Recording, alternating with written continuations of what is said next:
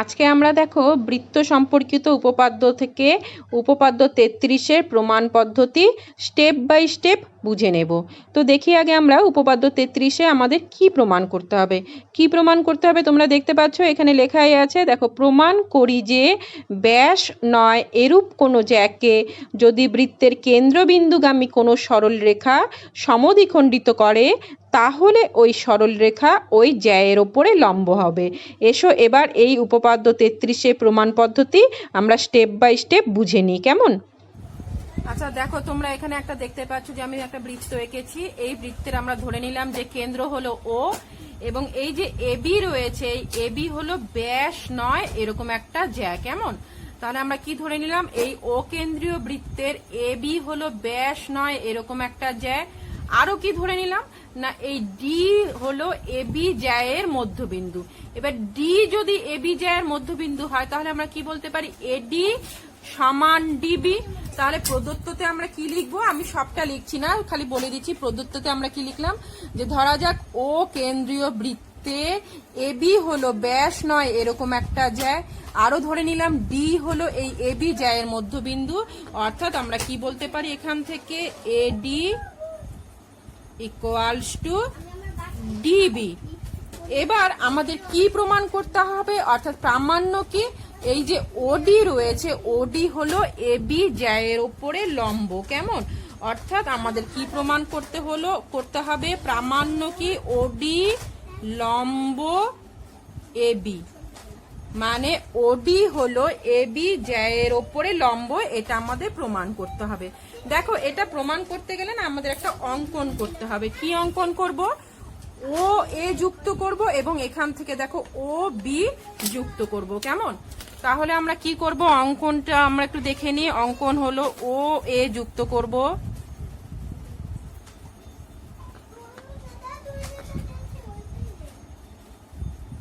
ও এ যুক্ত করলাম, আর এদিকে আমরা কি যুক্ত করছি, ও বি।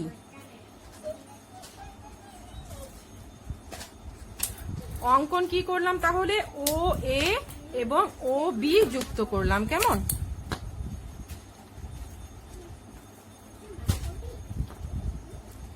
এটা আমরা লিখে দিচ্ছি, অঙ্কন হচ্ছে ও এ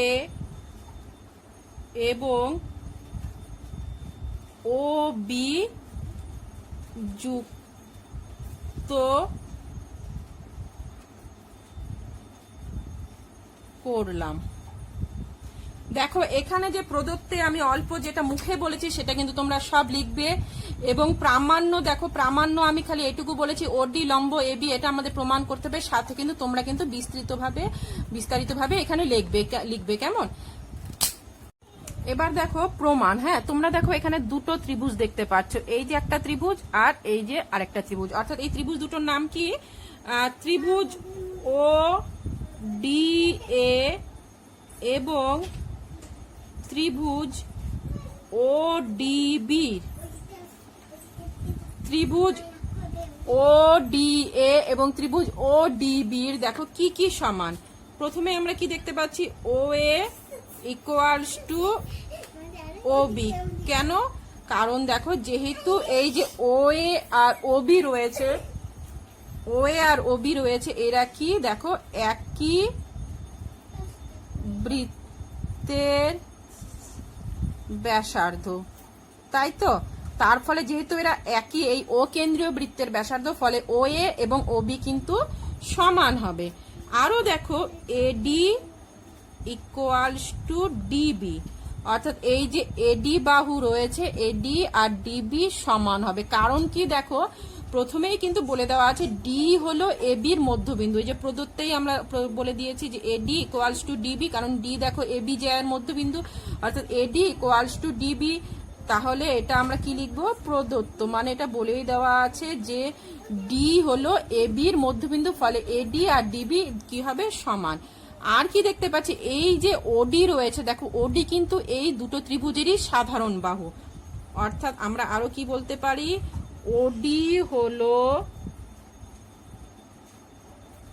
সাধারণ বাহু, ওডি হলো সাধারণ বাহু, ফলে দেখো আমরা কি দেখতে পাচ্ছি, এই যে আমরা দুটো ত্রিভুজ দেখলাম, ত্রিভুজ ও ডি এ এবং ত্রিভুজ ও ডি বি, এই ত্রিভুজের কিন্তু আমরা দেখলাম যে O equals to O B, AD equals to DB এবং ওডি হলো সাধারণ বাহু। তাহলে এই দুটো ত্রিভুজ কি হবে? সুতরাং আমরা বলতে পারি ত্রিভুজ ও ডি এ সর্বসম ত্রিভুজ ও ডি বি। কোন শর্ত অনুসারে? সর্বসমতার বাহু বাহু বাহু শর্তানুসারে। সর্বসমতার বাহু বাহু বাহু, বা যেটাকে আমরা কি বলি, কি শর্ত বলি, বা S S S S S S, এই শর্ত অনুসারে। কেমন? এই শর্ত অনুসারে এই দুটো ত্রিভুজ কি হলো? সর্বসম হলো। এবার দেখো এই দুটো ত্রিভুজ যদি সর্বসম হয় তাহলে দেখো আমরা কি বলতে পারি, এই কোণ আর এই কোণ কি হবে? সমান হবে। কোণ দুটোর নাম বলছি, সুতরাং আমরা কি বলতে পারি, কোণ ও ডি এ ইকুয়ালস টু কোণ ও ডি বি। তাহলে দেখো আমরা প্রথমে প্রমাণ করলাম এই দুটো ত্রিভুজ সর্বসম। এবার তাহলে আমরা কি বলতে পারি, যেহেতু এই দুটো ত্রিভুজ সর্বসম হলো, সুতরাং কোণ ও ডি এ সমান কোণ ও ডি বি। কেন? কারণ দেখো এই দুটো ত্রিভুজ কি হবে? এই দুটো ত্রিভুজ হবে সর্বসম ত্রিভুজের অনুরূপ কোণ। সর্বসম ত্রিভুজের অনুরূপ কোণ, সর্বসম ত্রিভুজের অনুরূপ কোণ। কিন্তু দেখো তোমরা যদি ছবিটা ভালো করে খেয়াল করো, দেখো এই দুটো কোণ কিভাবে উৎপন্ন হয়েছে। এই দুটো কোণ উৎপন্ন হয়েছে এ বি জ্যায়ের ওপরে ওডি দণ্ডায়মান হওয়ার ফলে। কেমন? আমি আবার বলছি, এ বি জ্যায়ের ওপরে ওডি দণ্ডায়মান হওয়ার ফলে এই দুটো সমান কোণ উৎপন্ন হয়েছে। তাহলে বলো দেখি এই দুটো সমান কোণের মান কত হবে? তোমরা দেখো এর আগে ছোট ক্লাসে নিশ্চয়ই পড়েছিলে, আমি একটু ছবিটা আঁকলে বুঝতে পারবে। ছোট ক্লাসে তোমরা পড়েছিলে যে ধরো এটা একটা সরল রেখা আছে। কেমন? এই যে একটা সরল রেখা রয়েছে, এই কোণটার মান কত বলো তো? এই যে আমি একটা সরল রেখা এঁকেছি, এই যে একটা এই যে কোণটা রয়েছে, এই কোণটাকে আমরা কি বলি? এই সরল রেখার উপরে এই যে কোণটি রয়েছে, এই কোণটাকে আমরা, তোমরা ঠিকই বলেছো, এই কোণটা হচ্ছে সরল কোণ বলি। এক সরল কোণ, এক সরল কোণের মান কত? 180 ডিগ্রি।